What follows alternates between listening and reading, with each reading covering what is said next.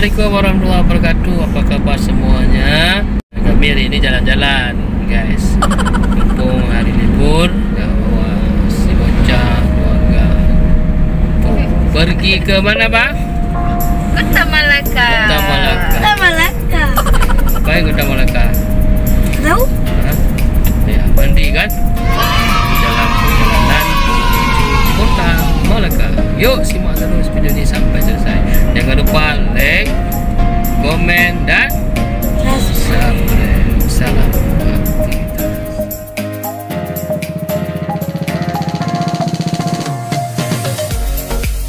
Nah, kawan-kawan, ini sudah masuki persimpangan.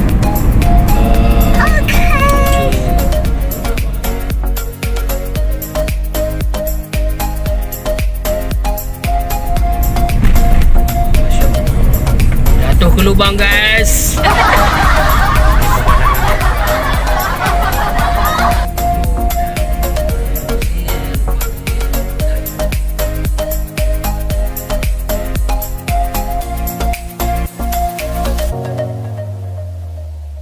Oke, kita sudah sampai di wahana Kota Malaka.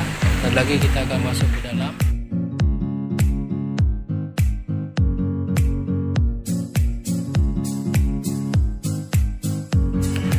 Alhamdulillah, kami sudah sampai di tempat berteduh di Kota Malaka. Ada Muhammad Rehan makan ini Forest. Tenangnya mandi adik, mandi di mana mandi adik? Mandi kolam. Nak kapan mandi? Besok. Depan juga? Sekarang aja. Oh sekarang, mikir tahun depan. Nah, ini lesehannya banyak nih. Berteduh ya.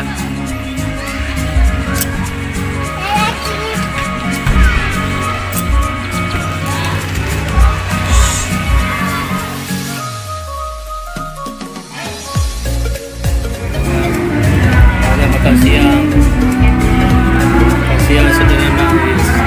Somat makan ya, enak. Makan pakai Beres ya. ya nih. Abang duduk sana aja, Bang, kotor Bang, basah Bang. Sana aja. Nanti ayah bawa airnya.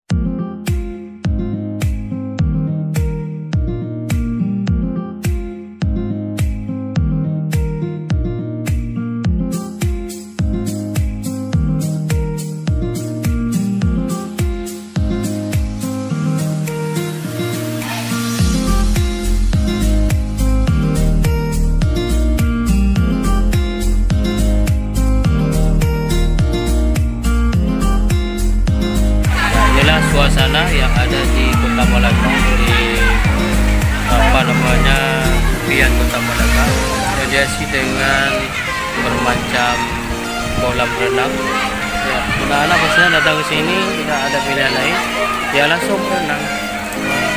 Berenang, ada kolam yang khusus anak-anak, khusus dewasa, semuanya sudah tersedia dan sudah terletak di tempat yang sangat strategis. Nah, luasnya juga cukup luar biasa. Ini yang sangat viral sudah di masyarakat, dan pun masuknya terjangkau, tidak terlalu mahal dan tidak pastinya mereka sangat puas dengan ini ya. Dan yuk terus mengunjungi wahana impian